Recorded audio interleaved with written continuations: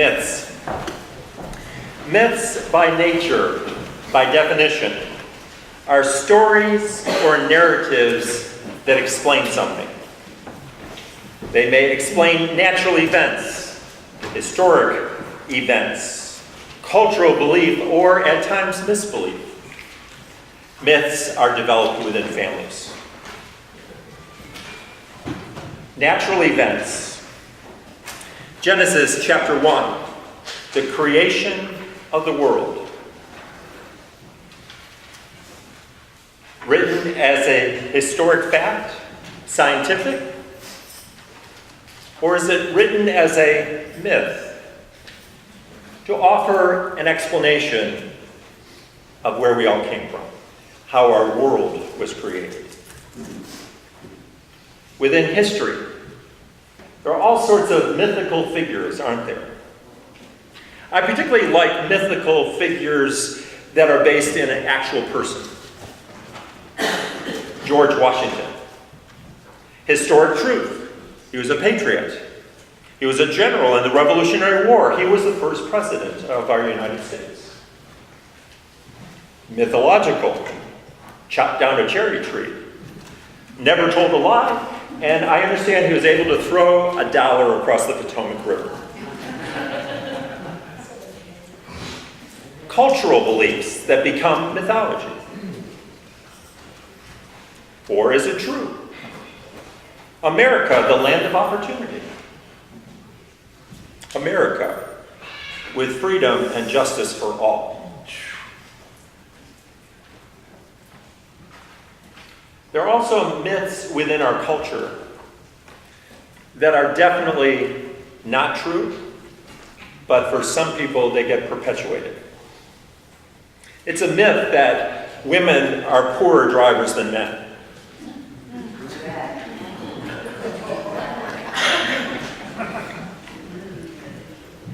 Some myths are easily debunked. Others are more difficult. Again, within our culture, there are all sorts of mythological historic people. Rosa Parks, a real black woman who said, "I'm not going to move," that has developed a mythological presence. The Reverend Dr. Martin Luther King, truthful. The movement that was changed the face of our world, our country. Mythological, powerful, yes, but still a man and flawed. Within our families, we develop myths as well. My father was a skilled carpenter. There's no doubt about it. As a family, we were blessed because in 1959, we were able to have bought property in Ontario, and the cottage that he built still stands today. It's owned by my sister, myself, a niece, and a nephew. The mythology, my father, as a perfectionist, built everything perfectly. As an adult, when he had put an addition on the cottage and my brother-in-law and I started looking underneath the cottage, there's a part of building on top of building blocks called a stringer. Okay?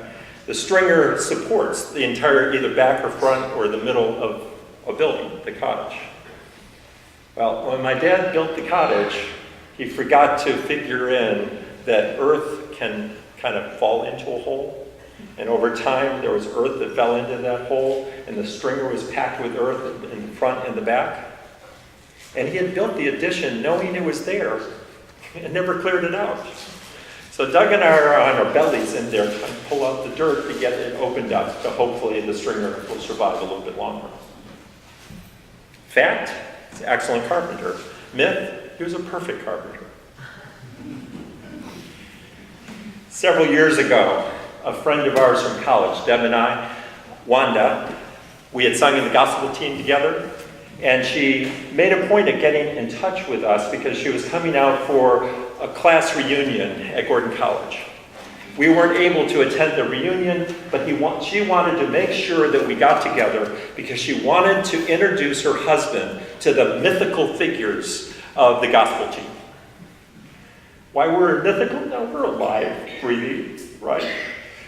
It's because when Wanda, as a transfer student, came to Gordon College, afraid, not knowing one person on the entire campus, a circle of friends enveloped her and then invited her to be a part of the gospel team that helped her to feel at home, and she thrived in that environment. And so she would tell stories of these people, and they became mythical in the eyes of her family.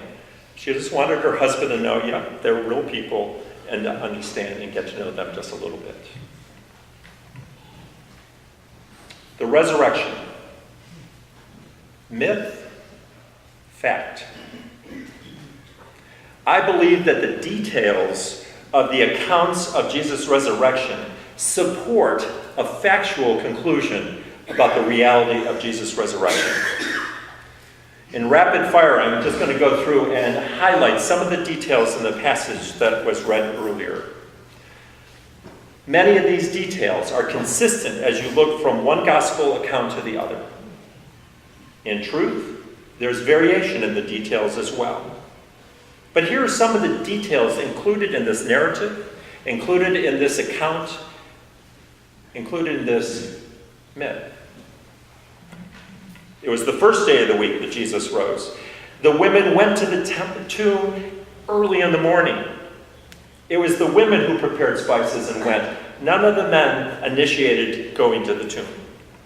They found the stone rolled away. They went, entered in, and they didn't discover the body. But rather, where the body had been laid, the strips of cloth still lay there. Now, when we say strips of cloth, please understand, linen and cloth were very valuable. In fact, when Jesus was crucified, as reported, the soldiers cast lots. They gambled to see who would be able to win his outer robe. Why? Because it was a robe made of one piece of fabric. It was more valuable as a whole than it was if it got torn apart. And so they would rather gamble with a chance of winning it rather than destroying the garment. Preparing the body hastily, Joseph of Arimathea and Nicodemus. They didn't take whole pieces of cloth. They took strips of cloth and they wound him. He was not mummified in the Egyptian sense of the word, but rather it was love and respect to clean the body as quickly as possible, to use some spices, and to wrap these strips of linen around his body and lay him in the position of the tomb. And consistently in all the records, it indicates that those strips of cloth lay exactly where Jesus had been laid, but the body was not there. Again, as recorded, heavenly beings, angels, appeared, brilliant light, communicating a message. As reported, the women were afraid. In this passage, they bowed down. And they declared, these heavenly creatures, these heavenly beings, why do you look for the living among the dead?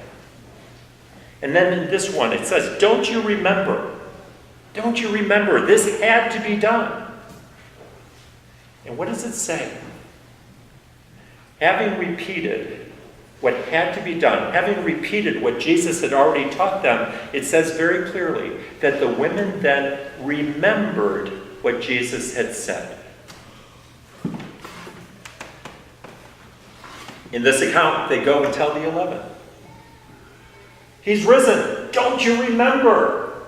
Can't you just hear their joy of going and realizing angels from heaven came and re-taught us the lesson that Jesus had taught us how many months ago, how many weeks ago? And as soon as they said the words, it's like, of course Jesus predicted this. And with joy and exuberance, they make their way to the other apostles and they deliver their message only to do what? Nah, you make no sense at all. The 11, the 10, however they were configured, their minds were blocked still. The women sounded like they were totally nonsensical. But Peter, he made his way to the tomb. And he looks in, and he's still wondering what happened. Factual account, mythological. The qualities to the story of sharing these details support fact. If you were making up a lie, would you include shortcomings? Would you include the fact that, yeah, we were there early in the morning, the tomb is wide open, we went in, praise God, and out of there? No. We went in, yes, we were early in the morning. We went there prepared to do a better job than Joseph and Nicodemus did. We wanted to really demonstrate our love. Why? Because we were prepared to rest Jesus in his tomb forever. The last act of physical love for our beloved Jesus of Nazareth.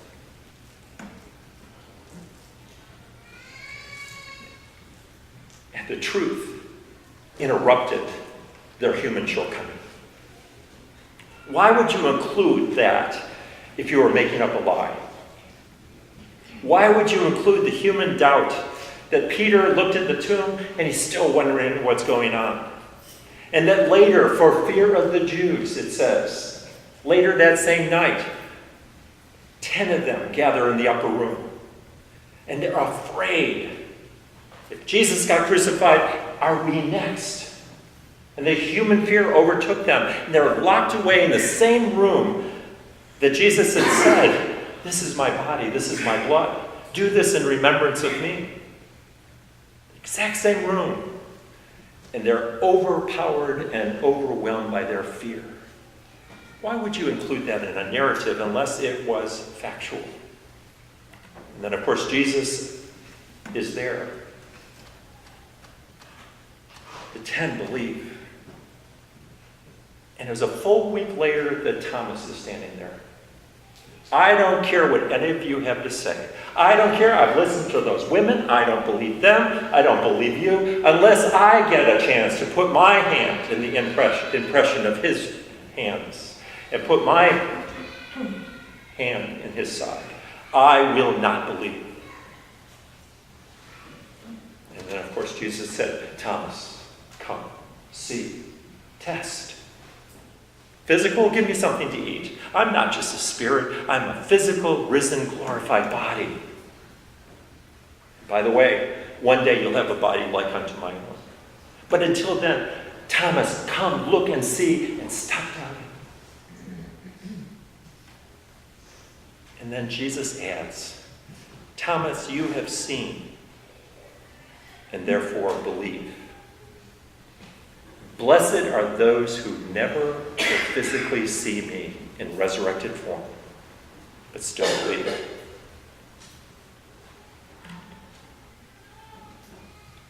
If we made up a lie, would we include human doubt, fears, and missteps? Yes, sometimes there are mythical dynamics woven into the biblical story.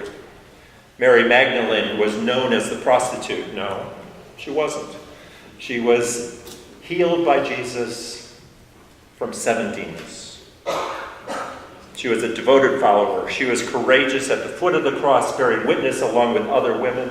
And then she was also courageous to follow where they buried Jesus. So when it came to that resurrection morning, she knew exactly where to go. You see, mythical stories often take on inflated importance.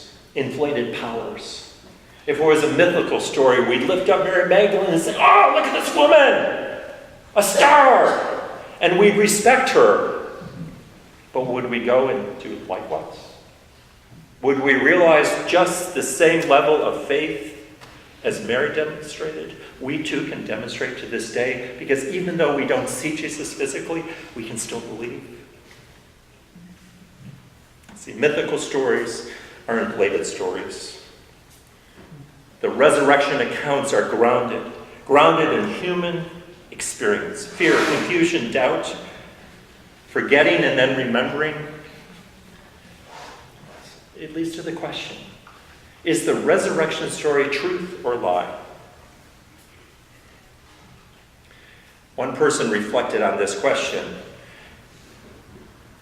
asking the following: how easy is it to keep a secret?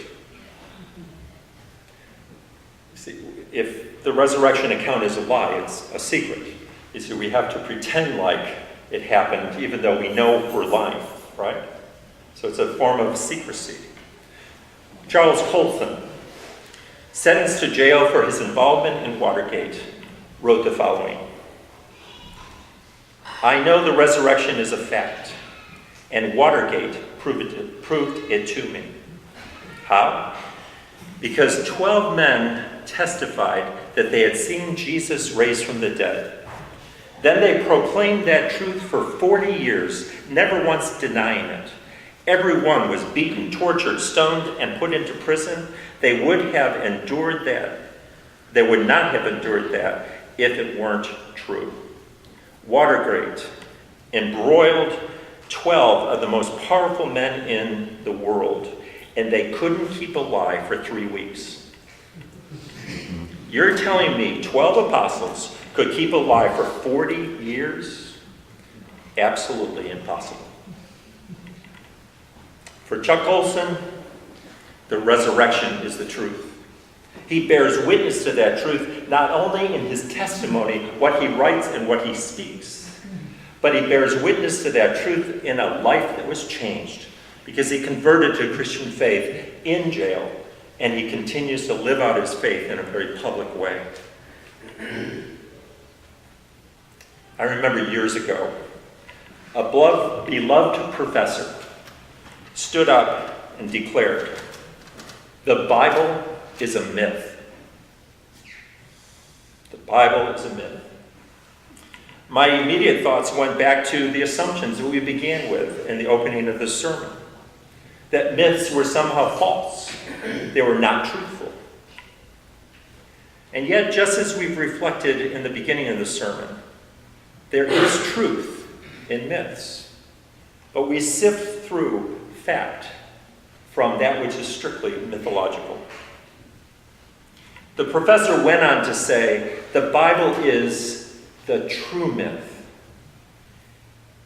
He further explored that theme, the true myth.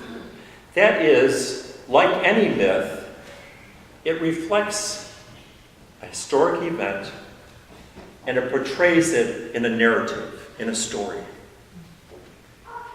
It's the true myth because it weaves together the coming of God's truth across the board in the Bible, God's truth in various cultures and various historic settings. Truth in narrative form. Truth in teaching. Truth as God has revealed. Are every detail in the Bible 100% factual? You may not know this, some of you may not like this, but the fact is, no. Even just looking, if you want to test this, open up a Bible, look at the last chapters in all 4 Gospels to the resurrection account. There are variations in the account. The Gospel of John is the most intimate, where Mary by herself makes her way to the tomb. And then she runs and she finds John and Peter. And then they run to the tomb and they get there first. John, because he's younger, gets before Peter. Doesn't even go in. Kind of leans against the stone outside. And then Peter comes lumbering along afterwards. I say lumbering because he was older, he was a fisherman, and he seemed to be a big guy. Okay? So he comes in and he boldly goes right into the tomb. And then John follows him in. In the meantime, they come out and they're still bewildered. What's going on? There's no mention of an angel coming to John and Peter at the tomb. Mary Magdalene then comes. Isn't it great? We are so happy to have all people present and expressive. Mary Magdalene comes again back to the tomb for the second time. She goes into the tomb. She's been weeping. She's been running back and forth. She's tired early in the morning. She's been exhausted for everything she's experiencing, sitting at the foot of Jesus' cross, going to his gravesite. you can just imagine what a horrible, horrible weekend she had. And here she is, Sunday morning, early in the morning, and she's looking with her eyes swollen from tears, and she turns around and backlit with the opening of the tomb, she hears a voice. Or she sees something, I'm sorry, the voice doesn't. And she doesn't recognize it. She thinks it's the gardener. If you've taken Jesus, tell me where you put him so I can go take care of him. She still wants to take care of Jesus. And then he speaks her name. And as soon as Jesus said Mary, she knew who he was. And then she goes and tells the disciples, and they don't believe her. So you see, there are differences. One time it's a group of women. Mary Magdalene is always part of it. One time there's one angel, another time there's two angels. There are variations in the account. They don't 100% agree, and no matter how you look at it, you'll never make it 100% agree, other than perhaps the best way to understand is if we all told a story about the exact same event, it's going to come out a little different every time. But the question isn't, is it 100% factual? The question is, does it reflect the truth? And that's the difference. I believe the Bible is myth, but the Bible truly reflects God's truth. In the narratives, in the teaching, God's truth is revealed. The Bible is made up of copies of copies of copies, and that's a fact. There's textual corruption. But is the Bible false? No. I believe that the Bible is true. I searched the truth from the Bible, and I know that those biblical truths has changed my life. In the gospel account of the resurrection, yes, there are varied details. Many details are remarkably consistent at the same time. And part of the consistency, God and Jesus is always the hero. Always, without exception. Humans have clear limitations, even in the light of facts before them. Reports of those who believe and reports of those who couldn't bring themselves to believe. The resurrection itself will never be proven beyond a reasonable doubt. At the same time, there is no doubt that when one believes, that the resurrection cannot overshadow. The question is, what do you believe? Through faith and trust, believing in the truth of the resurrection changes lives. Christian faith is built on the truth of this resurrection. Christian faith is made up of individuals who indeed believe that Jesus rose from the dead. Do you believe it? Has your belief changed your life? Do you and your life bear witness to that truth? Christ is risen. Alleluia. He is risen indeed. Amen.